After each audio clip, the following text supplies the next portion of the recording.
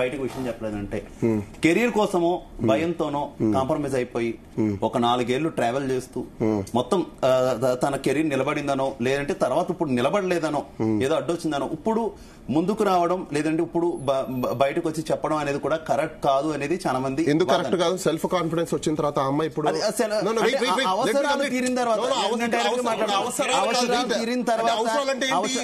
తర్వాత తన కెరీర్ ని తను మలుచుకున్న తర్వాత ఉపయోగించుకున్న తర్వాత బయటకు రావడం ఎంతవరకు కరెక్ట్ అనేది అంటే మీరు చెప్పేది ఏంటంటే అప్పటికి సమాజము ఎవరైనా అథారిటీ పొజిషన్ లో ఉండి వాళ్ళు తొక్కుతూ ఉంటారు, తొక్కించుకోండి అంతేనా? తొక్కుతూ ఉంటారని మరి అమ్మాయి రాలేదు. అది చెప్తాను మీరు తొక్కుతారని ఎక్స్ప్లాయిట్ చేసింది అంటే ఇదే రీజన్. 18 నాడు జరిగితే 19 నాడు జరిగితే 18 నాడు కమిటీ ఉంది, కమిటీకి రిప్లై ఇవ్వాల, ఎక్కడ ఏనాడు మాట్లాడాలా, ఏనాడు ఏ కంప్లైంట్ ఇవ్వాలా, అతనితో ట్రావెల్ చేసి అతను హీరోగా ఈ అమ్మాయి హీరోయిన్ గా ఒక సినిమా ముహూర్తం జరిగింది. అమ్మాయి ఇన్ని జరుగుతాయి, ఎవరన్నా తనతోటి తను ఇంత అసభ్యంగా పడుతుంది, హీరోయిన్ గా వెళ్తుందా? నేను ఒక చిన్న విషయం చెప్తాను సార్. ఇందాక మీరు 18 years కాదు అని అంటున్నారు. ఆ అమ్మాయి స్టార్టింగ్ వచ్చింది డి షోలో వస్తే అది చిల్డ్రన్ షో కాదు.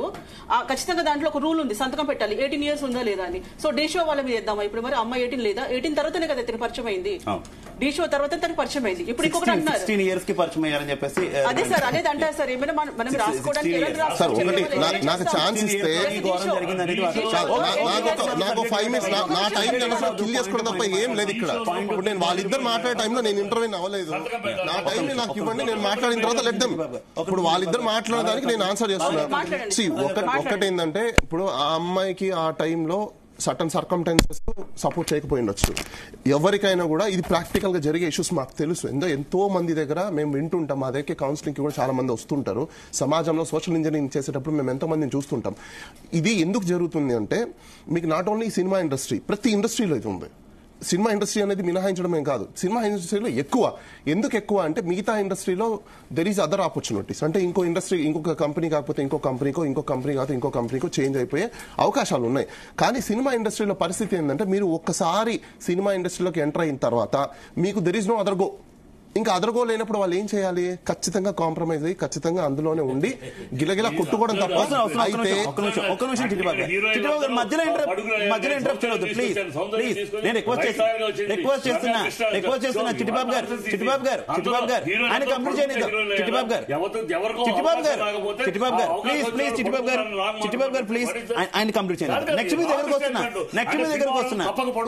మీరు ఖండిద్దరు కానీ మీ వెర్షన్ వచ్చినప్పుడు మీరు ఖండిద్దరు కానీ. బాలగారు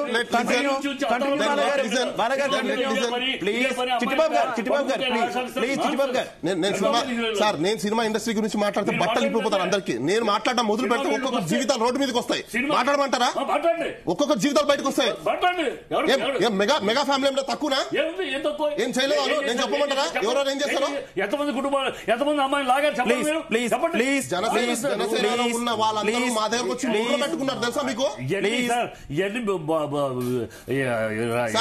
పనులు దొరకని వాళ్ళు సార్ ఈ సినిమా ఫీల్డ్ లో, ఈ సినిమాలో పనులు దొరక టాలెంట్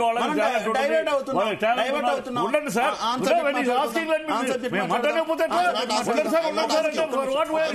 నేను అడగట్లేదు ఆయన, నేను నా వర్షన్ చెప్తున్నా. మాట్లాడుతుంటే ఆగండి Ananthu we are sitting here to discuss. ఇలానే ఉంటది సినిమా ఇండస్ట్రీలో వాళ్ళు ఇలానే చేస్తారు. మీ వెర్షన్ వచ్చినప్పుడు మీరు చెప్తారు కదా, తప్పకుండా చెప్తారు సార్. ఇది స్కూల్ పాఠశాల కాదండి. మీరు ఆయన తప్పు చెబితే నేను ఖండిస్తాను. అది నా టైం అయిపోయిన తర్వాత ఖండించాలి. లేదు I don't want cinema field లో అడుకుంటే అని ఎవరు అనలేదు, మీరు మాట్లాడుతున్నారు. మేమే చెప్పాము అమ్మాయికి అలాంటి పరిస్థితులు ఏమున్నాయో మీకు తెలీదు, ఆవిడకి తెలీదు, నాకు తెలీదు. ఎందుకంటే ఆ అమ్మాయికి తెలుసు సిచ్యువేషన్స్ ఏంటో, ఆ రోజు ఏం బాధపడిందో ఆ అమ్మాయికి తెలుసు. ఎందుకోసం ఆ అమ్మాయి ఒప్పుకునేదో ఆ అమ్మాయికి తెలుసు. ఆ రోజు మీరందరూ ఎక్కడికి వెళ్ళారు? ఆడపిల్ల కూడా మీ కమిటీలో ఒప్పుకునింది మేము రాష్ట్ర పబ్లిసిటీ మీ కమిటీలో ఒప్పుకునింది మీడియా ముందు చెప్పండి మీ కమిటీ ఈ భారతదేశం మీరన్న పాయింట్ తీసుకున్నారు ఈ భారతదేశం పుట్టిన ఏ ఆడది కూడా తన రేప్ చేసిన వాడితోటి పరిగెత్తదు ప్రయాణించదు ఒక అడుగు ముందుకేయదు సీత పుట్టిన దేశం ఇది రావణాసురుడు సీతను తీసుకెళ్తే మోహన్ కూడా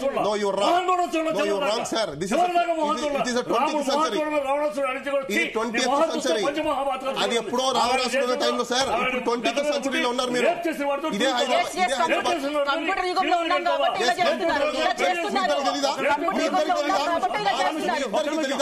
హైదరాబాద్ సిటీలో హైటెక్ సిటీలో మాదాపూర్ లో ఐటీకి సంబంధించిన వాళ్ళకి సొసైటీ అవగాహన వ్యవహారమే మాట్లాడుకుంటే బాలగారు ఒక్క పాయింట్ చిట్టిబాబు గారు రైజ్ చేస్తున్నారు. అప్పుడంటే భయపడ్డారు, వయసు రీత్యా భయపడ్డారా, కెరీర్ గురించి భయపడ్డారా, భయపడ్డారా, దేనికైతే భయపడ్డారు.